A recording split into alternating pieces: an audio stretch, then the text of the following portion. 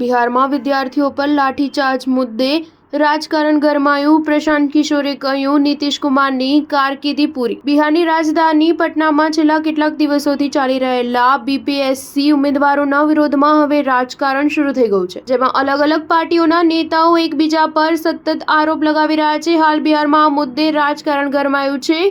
વિદ્યાર્થીઓનું આંદોલન બિહારમાં રાજકીય લડાઈનું કેન્દ્ર બની રહ્યું છે.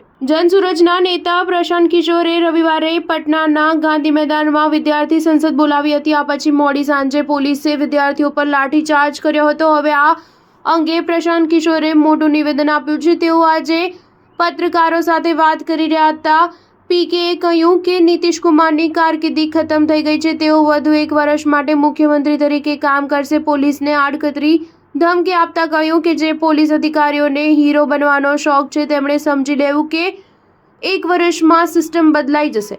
જ્યારે વિપક્ષના નેતા તેજસ્વી યાદવે તેમને ભાજપની બી ટીમ ગણાવ્યા તો પ્રશાંત કિશોરે કહ્યું કે બાળકોના મુદ્દે રાજનીતિ ન કરો.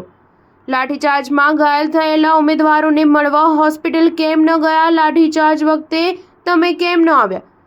બીજી તરફ જનસુરજના સંસ્થાપક પ્રશાંત કિશોરે કહ્યું કે જ્યાં સુધી પુનઃ પરીક્ષાની માંગણી સ્વીકારવામાં નહીં આવે ત્યાં સુધી વિદ્યાર્થીઓનું આંદોલન બંધ નહીં થાય. મોટો આરોપ લગાવતા તેમણે કહ્યું કે પુનઃ પરીક્ષા એટલા માટે નથી કે હજારો કરોડોની ડીલ થઈ છે, અડધાથી વધુ પોસ્ટ વેચાઈ ગઈ છે. હું વિદ્યાર્થીઓ પર લાઠીચાર્જને લઈને CTSP વિરુદ્ધ NHRC કોર્ટમાં જઈશ. પ્રશાંત કિશોરે કહ્યું કે ત્રીજી વખત BPSC ઉમેદવારો પર લાઠીચાર્જ કેમ કરવામાં આવે છે? CM નીતિશ કુમારને સવાલ પૂછો. તે દિલ્હીમાં બેઠા છે અને કંઈ બોલતા નથી અને બિહારના 4 નિવૃત્ત અધિકારીઓ સરકાર ચલાવી રહ્યા છે. News 7 હંમેશા સચ્ચાઈની સાથે.